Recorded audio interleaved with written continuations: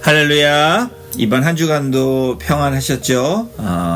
이번 한 주간에는 저희가 누가복음을 같이 성경 읽기로 같이 나아갔는데 제가 정리해 드리도록 하겠습니다. 누가복음 1장에서 4장까지 누가복음의 저자 누가는 데오빌로에게 예수님의 이야기를 들려주기 위해서 펜을 들었다라는 것을 우리가 알 수 있게 되는 부분인데요.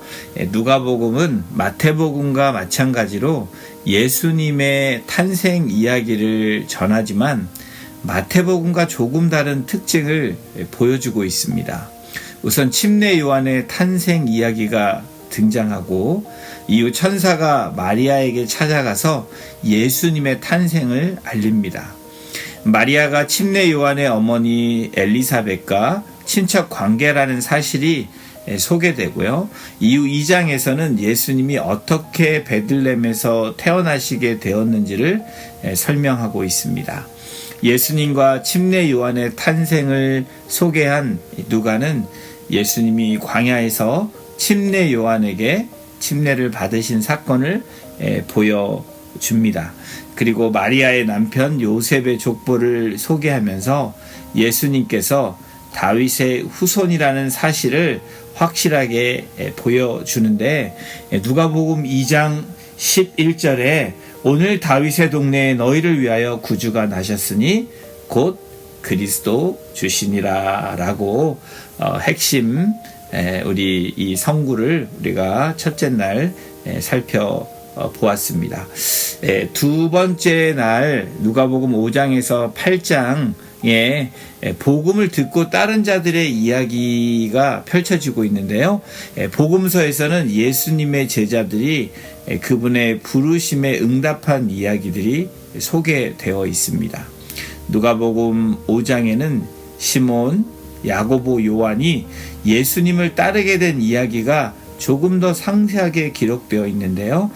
예수님은 어떤 나환자의 중풍병자를 치유하시고 또 세리 레이를 부르시기도 하십니다.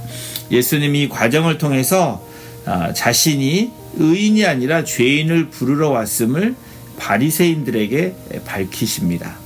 예수님께서 12사도를 택하신 이야기는 누가복음 6장에 기록되어 있고요. 이후 누가는 한 백부장과 나인성 과부, 침례 요한의 제자들, 예수님께 향유를 부은 여인, 귀신 들린 미친 광인, 그리고 회당장 야이로의 딸과 혈루병 앓던 여인과 같이 다양한 사람들의 이야기를 들려주면서 예수님이 그들에게 어떠하셨는지를 설명해 주고 계십니다.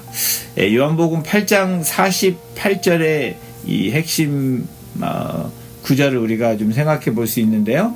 예수께서 이르시되 딸아 내 믿음이 너를 구원하였으니 평안히 가라 하시더라. 복음을 듣고 따른 자들의 이야기가 누가복음 5장에서 8장의 이야기로 우리가 생각해 볼 수 있었습니다.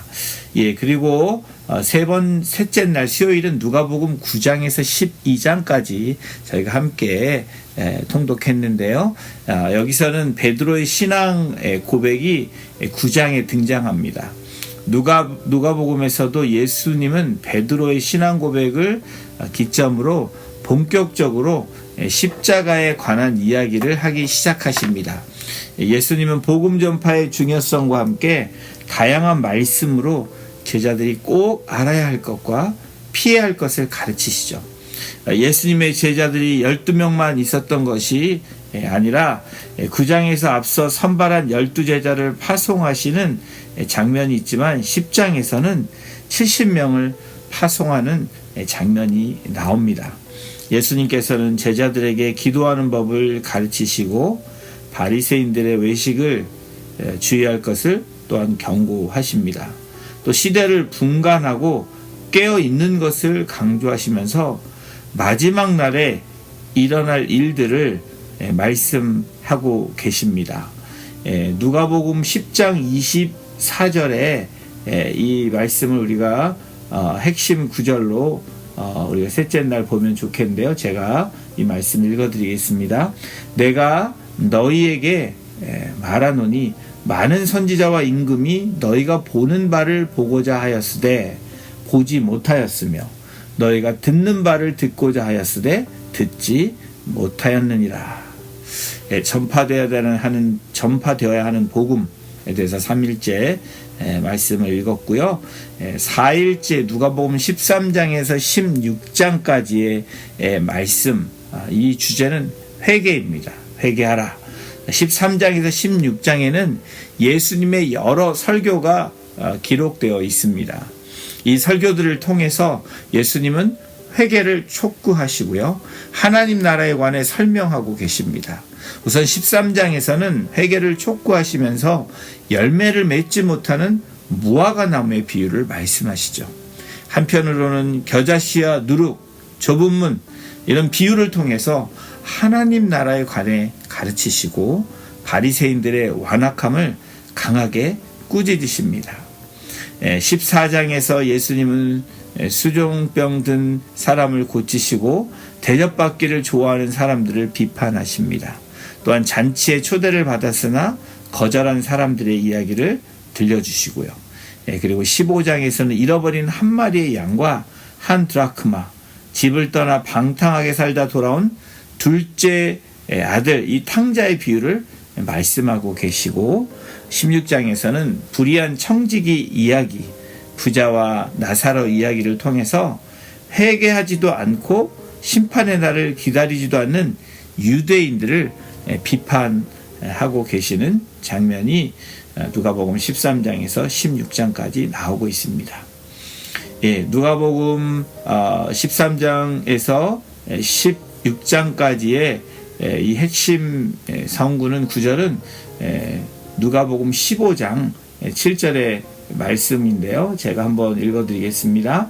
내가 너에게 이르노니 이와 같이 죄인한 사람이 회개하면 하늘에서는 회개할 것이 없는 의인 99으로 말미암아 기뻐하는 것보다 더하리라 라고 말씀하십니다.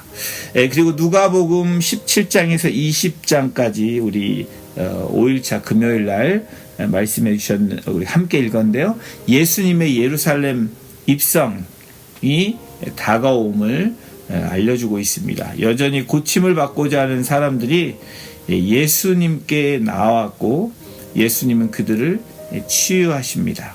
한편으로 예수님은 제자들에게 하나님 나라를 다양한 설교와 비유로 가르치고 계십니다. 이 중에서도 가장 잘 알려진 이야기는 삭개오 이야기입니다.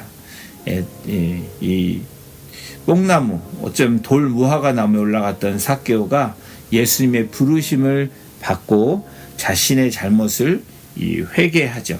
이 사건 이후에 예수님은 예루살렘에 입성하시고 자신의 권위에 도전하는 이들에게 그 권위가 어디로부터 오는 것인지 밝히시고 포도원 농부의 비유를 통해서 바리새인들을 꾸짖으시는 우리 이 말씀이 누가복음 17장에서 20장까지로 우리가 읽었는데요. 우리 누가복음 19장 38절의 말씀을 핵심 구절로 우리가 삼으면 좋겠는데 말씀 이렇습니다. 이르되 찬송하리로다 주의 이름으로 오시는 왕이여 하늘에는 평화여 가장 높은 곳에는 영광이로다 하니. 그리고 오늘 이 6일차는 누가복음 21장에서 24장까지의 말씀입니다. 구원을 이루시는 이 말씀 메시지가 담겨져 있습니다. 모든 복음서는 예수님의 공생의 최후의 일주일을 자세히 설명하고 있습니다. 특히 마태, 마가, 누가는 6월절 만찬부터 십자가 처형에 이르는 장면들을 비슷하게 서술하고 있습니다. 그러나 누가복음은 이 다른 복음서에서 전하지 않은 색다른 이야기를 전하고 있는데요. 바로 엠마오 두 제자의 사건입니다. 예수님의 십자가 처형을 보고 충격에 빠진 몇몇 제자는 이후 부활하신 예수님을 엠마오로 향하던 길에서 만나죠. 제자들은 예수님을 알아보지 못합니다. 하지만 예수님은 제자들과 동행하시면서 그들에게 구약을 자세히 풀어서 설명해 주십니다. 예수님은 자신이 구약에 예언한 대로 고난을 받으시고 영광에 들어가셨다는 말씀을 전하십니다. 예수님의 이야기를 직접 들은 제자들의 마음이 뜨거워지고 이후 예수님께서는 제자들에게 나타나신 뒤 하늘로 승천하시는 올라가시는 장면이 나옵니다. 예수님의 생애 마지막 일주일은 예루살렘 입성부터 시작을 합니다. 예수님은 나귀를 타고 예루살렘에 입성하시는 상징적인 방법으로 이 스가랴 9장 9절의 말씀을 성취하시죠. 사람들은 나귀를 타신 예수님의 뒤를 따르면서 여호와여 구하옵나니 이제 구원하소서의 말씀을 의미하는 호산나를 외칩니다. 시편 118편의 말씀의 성취죠. 이를 통해 예수님은 자신이 구약에서 약속된 그 메시아임을 밝히 드러내시고 계십니다.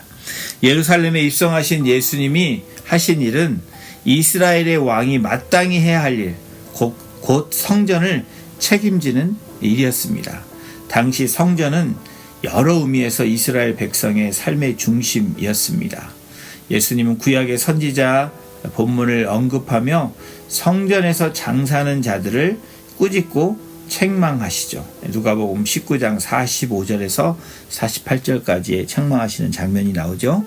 그리고 성전을 정화하신 예수님이 이 성전을 헐라 내가 사흘 동안 일으키리라 라고 말씀하십니다. 참된 성전이 바로 예수 그리스도임을 말씀하고 계시죠. 죄 용서의 장소이자 하늘과 땅이 만나는 처소이기도 하고 하나님 백성의 중심이었던 이 성전의 시대가 저물고 있음을 말씀하고 있는데 예수님은 십자가에서 우리의 마지막 대속물이 되셨습니다. 곧 우리를 향한 하나님의 진노를 감당하시고 최종적인 속죄 제물이 되시죠. 예수님은 십자가에서 피를 흘려 새 언약을 세우시기 전에 우리에게 새 언약의 만찬을 주십니다. 여기서 우리는 상징인 곧 포도주와 떡을 통해 예수 그리스도의 피와 몸을 보게 됩니다. 이 언약의 만찬은 우리를 위해서 자기 몸을 내어주시고 우리를 위해 자기 피를 흘리시고 그 보혈을 근거로 새 언약을 세우신 그리스도를 가리킵니다. 곧 온전한 순종의 삶을 사시고 완전한 제물이 되신 그리스도가 자기 피로 세우신 새 언약의 탁월함을 볼 수 있는 부분들이죠. 광야에서 사탄의 시험을 받으신 예수님은 십자가에 달리신 채로 다시 시험을 받으십니다. 사람들은 예수님께 십자가에서 내려와 스스로 구원을 하라고 조롱하죠. 하지만 예수님은 십자가에 머물러 자기 백성을 구원하십니다. 또한 우리는 십자가에서 그리스도의 초자연적인 죽음을 보게 되는데 예수님이 숨이 끊어지실 때 성소의 휘장이 위로부터 아래까지 찢어지는 그런 역사적인 장면도 보게 되고요. 예수님의 죽음을 목격한 로마 백부장은 예수님이 진정 하나님의 아들이라는 것을 고백을 합니다. 십자가에 달리신 예수님의 죽음은 하나님의 아들의 죽음, 곧 온전한 의인의 죽음을 의미합니다. 부활은 그리스도의 죽음을 해결하는 사건입니다. 우리는 부활을 세 가지의 의미로 바라볼 수 있는데요. 첫째, 부활은 예수님이 하나님의 아들이심을 보여줍니다. 그리고 둘째로는 부활은 예수님이 의로운 분이심을 보여주고 있고요. 그리고 세 번째로 부활을 통해 우리는 구원 역사의 전환점, 새로운 전환점을 보게 됩니다. 부활하신 예수님은 제자들 향해 모든 민족을 제자 삼으라고 명령하십니다. 오늘 이번 한 주간 또 오늘까지 해서 누가복음 1장에서 24장까지 우리 함께 읽었는데 여러분 다시 한번 이 말씀 생각하는 오늘 하루가 되시고 다음 주부터는 또 요한복음을 우리가 함께 같이 읽도록 하겠습니다. 여러분 오늘도 복된 하루 되시고 다음 주에 또 요한복음에서 다시 만나보도록 하겠습니다. 샬롬.